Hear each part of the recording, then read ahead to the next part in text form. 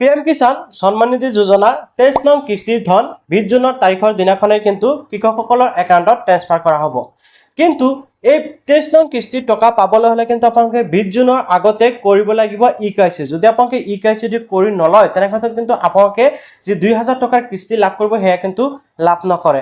এনেকুৱা কি যিসকল কৃষকে নেকি দুটা তিনিটা কিস্তি পাইছিল বা এতিয়া কেইবাটা কিস্তিৰ টকা পোৱা নাই সেইসকলেও যদি এতিয়া আকৌ নতুনকৈ ইকেৱাইচি কৰে যিকেইটা কিস্তি তেখেতসকলে পোৱা নাই একেলগে কিন্তু গোটেইকেইটা কিস্তিৰ ধন সেইসকল ব্যক্তিৰ একাউণ্টত ট্ৰান্সফাৰ কৰি দিয়া হ'ব। গতিকে সকলো কৃষকে কিন্তু নিজৰ নিজৰ ইকেৱাইচিটো কৰাটো অতিকৈ জৰুৰী যদি আপোনালোকে পিএম কিষাণ সন্মান নিধি যোজনাৰ টকাসমূহ ৰেগুলাৰলি পাই থাকিব বিচাৰে। যে নহওক আপোনালোকে দুটা পদ্ধতিত ইকেৱাইচি কমপ্লিট কৰিব পাৰিব। প্ৰথমটো হ'ল আপোনালোকে CSC ID বা CSC চেণ্টাৰত গৈ কৰিব পাৰিব আৰু দ্বিতীয়টো হ'ল যে আপোনালোকে কিন্তু আপোনাৰ নিজৰ হাতত থকা মোবাইলটোৰ জৰিয়তে ইকেৱাইচি কৰিব পাৰিব। যোৱা কিছুদিন আগতে মই এটা ভিডিঅ'ত আপোনালোকক দেখাইছোঁ যে ইকেৱাইচি কেনেকৈ কৰিব পাৰি। তাৰ আগতে আপোনালোকক আৰু এটা ডাঙৰ বিষয় শ্বেয়াৰ কৰিব বিচাৰোঁ, সেয়া হ'ল যে বৰ্তমান সময়ত আপোনালোকে ঘৰত বহি কিন্তু প্ৰত্যেক মাহতে 30,000 পৰা 40,000 50,000 টকালৈকে উপাৰ্জন কৰিব পাৰিব কোনো ধৰণৰ ইনভেষ্ট নকৰাকৈ। হয়, মই আপোনালোকৰ বাবে এনেকুৱা এটা এপছ লৈ আহিছোঁ যিটো এপছ আপোনালোকে যেনেকৈ হোৱাটছআপ বা আপোনালোকে ইউটিউব ফেচবুক চলাই ঠিক তেনেকুৱা ধৰণৰ এপছ হয় আৰু এই এপছটোৰ পৰা মই যিখিনি টকা ইনকাম কৰিছোঁ সেই টকাটো মই প্ৰথমতে দেখুৱাই আছোঁ। এই এপটোৰ ইনকাম প্ৰুফটো দেখুৱাই আছোঁ। ৱালেটত এতিয়া মোৰ 350 টকা জমা হৈছে। ট্ৰানজেকশ্যন অপশ্যনত ক্লিক কৰি মই আপোনালোকক ইনকাম প্ৰুফটো দেখুৱাই আছোঁ। ওকে, মোৰ ইনকাম প্ৰুফ বা উইথড্ৰ প্ৰুফটো মই আপোনালোকক দেখুৱাই আছোঁ যে কিমান টকা মই ইয়াৰ পৰা ইনকাম কৰিছোঁ। ইয়াতে চাওক 14,700 টকা মই উইথড্ৰ কৰিছোঁ। তাৰপিছত আৰু ডাঙৰ ডাঙৰ উইথড্ৰ মই আপোনালোকক দেখুৱাই আছোঁ আৰু লাগে আৰু এইটো চাওক আপোনালোকে দেখিবলৈ পাইছে 43,000। ইয়াতে চাওক আপোনালোকে 43,169 টকা মই কি কৰিছোঁ উইথড্ৰ লাগিছে আৰু এই টকাসমূহ কিন্তু মোৰ অলৰেডি বেংক একাউণ্টত আহি গৈছে। মই আপোনালোকক আৰু পে'মেণ্ট প্ৰুফ দেখুৱাব পাৰিম, দেখুৱাই আছোঁ আৰু দুটা এটা। আৰু এইটো চাওক 17,340 টকা। এনেকৈ কিন্তু মই কেইবাবাৰো উইথড্ৰ কৰিছোঁ এই এপটোৰ পৰা। গতিকে আপোনালোকে কিন্তু এই এপটোত এতিয়াও ইনষ্টল কৰি বা আপোনালোকে ইনকাম কৰিব পাৰিব। কেনেকৈ নিশ্চয় আপোনালোকে মই উইথড্ৰ পে'মেণ্ট প্ৰুফটো দেখা পালে। এতিয়া কথা হ'ল আপুনিও যদি ইয়াৰ পৰা ইনকাম কৰিব বিচাৰে তেনেক্ষেত্ৰত অলৰেডি মই কিন্তু মোৰ এইটো চেনেলতে এটা ভিডিঅ' বনাই ৰাখিছোঁ। সেই ভিডিঅ'টোত মই দেখুৱাইছোঁ যে কেনেকৈ ইয়াতে ৰেজিষ্ট্ৰেশ্যন কৰিব লাগে। তো ৰেজিষ্ট্ৰেশ্যন ভিডিঅ'টো চাই আপোনালোকে এতিয়াও ৰেজিষ্ট্ৰেশ্যন কৰি ইনকাম কৰা আৰম্ভ কৰিব পাৰে। ফটাফট আপোনালোকে সকলো ভিডিঅ'টো ডিছক্ৰিপশ্যনত দিয়া ভিডিঅ' চাই আপোনালোকে ৰেজিষ্ট্ৰেশ্যন কৰি লওক। যেনে এতিয়া মই আপোনালোকক দেখুৱাইছোঁ যে আপোনালোকে পিএম কিষাণ সন্মান নিধি যোজনাৰ ইকেৱাইচিটো কেনেকৈ কৰিব পাৰিব। অকল আপুনি যাতে আপোনাৰ হাতত থকা মোবাইলটোৰ জৰিয়তে পিএম কিষাণ সন্মান নিধি যোজনাৰ ইকেৱাইচিটো কৰিব পাৰে তাৰ বাবে আপোনাৰ মোবাইলত কিন্তু দুটা এপছ ইনষ্টল কৰিব লাগিব আৰু দুটা এপছৰ লিংক মই হোৱাটছআপ চেনেল আৰু টেলিগ্ৰাম চেনেলত দি ৰাখিম। অথবা আপোনালোকে আপোনাৰ মোবাইলত থকা প্লে ষ্টৰত গৈ কিন্তু অতি সহজতে ডাউনলোডিং কৰিব পাৰিব। তো প্ৰথমতে কিন্তু মই মোৰ মোবাইলৰ প্লে ষ্টৰত আহি গৈছোঁ। এতিয়া আপোনালোকে চাৰ্চ কৰিব, প্ৰথমতে আপোনালোকে লিখিব আধাৰ ফেচ আৰ ডি। ঠিক আছে, আপোনালোকে আধাৰ ফেচ আৰ ডি বুলি লিখি চাৰ্চ কৰিব। ওকে, এই যিটো এপছ দেখিবলৈ পাইছে এই এপছটো আপোনালোকে ইনষ্টল কৰিব। এই এপটোৰ জৰিয়তে আপোনালোকৰ আধাৰ কাৰ্ডৰ যিটো ভেৰিফিকেশ্যন হয় সেয়া কৰা হয় আৰু এইটো কিন্তু আপোনালোকৰ মোবাইলত থাকিব লাগিব। এইটো আপোনালোকে প্ৰথমতে ইনষ্টল কৰিব লাগিব। এইটোৰ কাম এতিয়া আৰু নাই। আৰু দ্বিতীয় এপছটো হ'ল আপোনালোকে কৰিব লাগিব সেইটো হ'ল পিএম কিষাণ লিখি চাৰ্চ কৰিব আৰু এই যিটো এপছ দেখিবলৈ পাইছে পিএম কিষাণ GOI আপোনালোকে কিন্তু এই এপছটো ইনষ্টল কৰিব লাগিব। ওকে, তো আপোনালোকে এই দুয়োটা এপছ ইনষ্টল কৰিব। প্ৰথমটো আপোনাৰ হৈ গ'ল আৰু মেইনলি কাম কৰিম আমি পিএম কিষাণ GOI এই এপটোৰ জৰিয়তে। আৰু আপোনালোকে আপোনাৰ লগতে আপোনালোকৰ ওচৰে পাঁজৰে পৰা গাঁৱত থকা যিসকল মানুহ আছে আৰু আপোনালোকৰ গাঁৱত যিসকল নেকি মানুহ আছে সেইসকলৰ কিন্তু আপোনালোকে পিএম কিষাণৰ ইকেৱাইচি কৰিব পাৰিব ইয়াৰ জৰিয়তে। ঠিক আছে, আপোনালোকৰ কোনো CSC ID বা কোনো ধৰণৰ ID প্ৰয়োজন নহয়, ডাইৰেক্ট আপোনালোকে ইয়াৰ পৰা ইকেৱাইচি কৰিব পাৰিব। ওকে, এতিয়া আপোনালোকে ইনষ্টল কৰাৰ পিছত এপছটো অ'পেন কৰিব। অ'পেন কৰাৰ পিছত এলাউ খুজিলে আপোনালোকে এলাউ কৰি দিব লাগিব। ওকে, তো তাৰপিছত আপোনালোকৰ সন্মুখত পিএম কিষাণ সন্মান নিধি এনেকুৱাকৈ আহি গৈছে এগ্ৰিকালচাৰ ডিপাৰ্টমেণ্টৰ পৰা। তো আপোনালোকে চাওক এইটো চাইডত দেখিবলৈ পাইছে আপোনালোকে ডাউনত একদম তলত দেখিব পাইছে নেক্সট অপশ্যন এটা। আপোনালোকে নেক্সট অপশ্যনত ক্লিক কৰিব লাগিব। নেক্সট অপশ্যনত ক্লিক কৰিলে এনেকৈ ফেল দেখুৱালে আপোনালোকে আকৌ মই তাৰমানে ইয়াতে প্ৰাইভেচি এটা অপশ্যন আছে, এই প্ৰাইভেচি অপশ্যনত ক্লিক কৰিব লাগিব।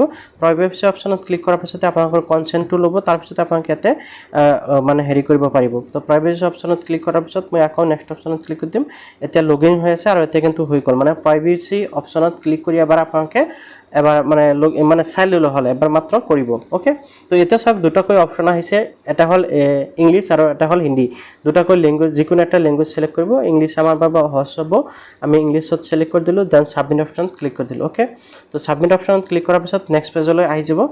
এতিয়া চাওক ফ্ৰেণ্ডসকল, ইয়াতে চাওক আপডেট মোবাইল নাম্বাৰ আৰু দ্বিতীয় অপশ্যনটো হ'ল লগইন। আপোনালোকে কিন্তু এই লগইন অপশ্যনত ক্লিক কৰি দিব। ওকে, লগইন অপশ্যনত ক্লিক কৰাৰ লগে লগে ইয়াতে লগইন টাইপ আহি গৈছে এতিয়া এই লগইন টাইপ কি যেতিয়া নেকি আপোনালোকে সিলেক্ট অপশ্যনত ক্লিক কৰিব ষ্টেট অফিচিয়েল তাৰপিছত beneficiary external user balance user এনেকৈ কেইবাটা অপশ্যন আহি গৈছে তো আপোনালোকে কি কৰিব লাগিব এই যেটো ষ্টেট অফিচিয়েল আপোনালোকে এই আপোনালোকে 2 নম্বৰ যেটো অপশ্যন আছে বেনিফিচিয়াৰী আপোনালোকে বেনিফিচিয়াৰী অপশ্যনত ক্লিক কৰিব বেনিফিচিয়াৰী অপশ্যনত ক্লিক কৰাৰ লগে লগে আকৌ আপোনালোকে দুটাকৈ অপশ্যন পাব প্ৰথমটো হ'ল ৰেজিষ্ট্ৰেচন আইডি আৰু দ্বিতীয়টো হ'ল আধাৰ নাম্বাৰ এতিয়া সব প্ৰেনকল আপোনালোকে আপোনালোকৰ আধাৰ কাৰ্ডৰ জৰিয়তে ইকেৱাইচি কৰিব পাৰিব অথবা আপোনালোকৰ পিএম কিষাণ সন্মান নিধি যোজনাৰ যেটো নেকি ৰেজিষ্ট্ৰেচন আইডি আছে সেই আইডিৰ জৰিয়তে কিন্তু ইয়াতে বহাই আপোনালোকে আপোনালোকৰ কেৱাইচিটো কৰিব পাৰিব তো আধাৰ নাম্বাৰটো আপোনালোকে ফাৰ্স্ট টাইম বহাব ইয়াতে আধাৰ নাম্বাৰটো মই আধাৰ নাম্বাৰটো দি আছো যদি আপোনালোকে ৰেজিষ্ট্ৰেচনটো আইডিটো বহুত সংখ্যক মানুহে নাজানে তো আপোনালোকে আধাৰ নাম্বাৰটো ইয়াতে এন্টাৰ কৰিব তাৰপিছত আধাৰ নাম্বাৰ ইয়াতে এন্টাৰ কৰি দিব লাগিব okay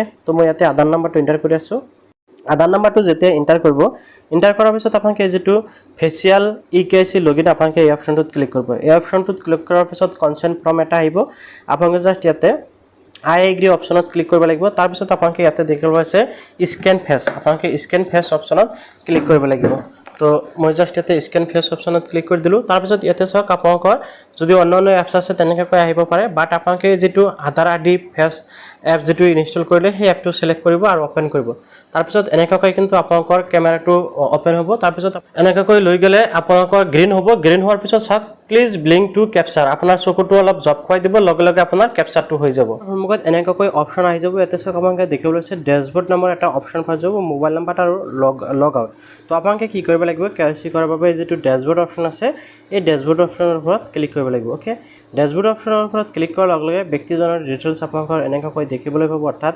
beneficiary name date of birth mobile number registration ID address সকলো এনেকৈ দেখিবলৈ পাব ওকে এতিয়া চাওক আপোনালোকে ল্যান্ড ৰেকৰ্ড সেন্ড ষ্টেটাস ঠিক আছে না নাই তাৰ পিছত আধাৰ সেটিং এইসমূহ আপোনাৰ ঠিক আছে নাই এইসমূহ আপোনালোকে চাব লাগিব এতিয়া ইকেৱাইচি কৰাৰ বাবে জাস্ট ইকেৱাইচি ফৰ আদাৰ বেনিফিচিয়াৰী আপোনালোকে যেটো অপশ্যন আছে এই অপশ্যনটোত ক্লিক কৰিব ওকে এই অপশ্যনটোত ক্লিক কৰাৰ লগে লগে আপোনালোকৰ সন্মুখত এনেকৈ আহি যাব এতিয়া আপুনি এটা জাস্ট আপোনালোকৰ আধাৰ নাম্বাৰটো বহাব আধাৰ নাম্বাৰ বহাই কিন্তু আপোনালোকে আকৌ সাৰ্চ অপশ্যনত ক্লিক কৰি দিব ওকে সাৰ্চ অপশ্যনত ক্লিক কৰাৰ লগে লগে সন্মুখত বেনিফিচিয়াৰীজনৰ ডিটেইলছ এনেকৈ শো কৰিব এতিয়া জাস্ট আপুনি কি কৰিব লাগিব স্টাৰ্ট ইকেৱাইচি যেটো অপশ্যন আছে এই অপশ্যনটোত ক্লিক কৰিব লাগিব ঠিক আছে আপোনালোকৰ সকলো ডিটেইলছ এনেকৈ শো কৰিব স্টাৰ্ট ইকেৱাইচি অপশ্যনত ক্লিক কৰি দিব স্টাৰ্ট ইকেৱাইচি অপশ্যনত ক্লিক কৰাৰ লগে লগে আপোনালোকৰ সন্মুখত এনেকৈ ইন্টাৰ এমপিন 6 ডিজিট অৰ্থাৎ আপোনালোকৰ এটা 6 ডিজিটৰ এমপিন বনাবলৈ দিব আপোনালোকে কিন্তু এতে এন্টাৰ কৰি দিব অৰ্থাৎ 6টা যিকোনো সংখ্যা আপোনালোকে বহাই আপোনালোকে পাছৱৰ্ড এটা বনাব তাৰ পিছত আপোনালোকে জাস্ট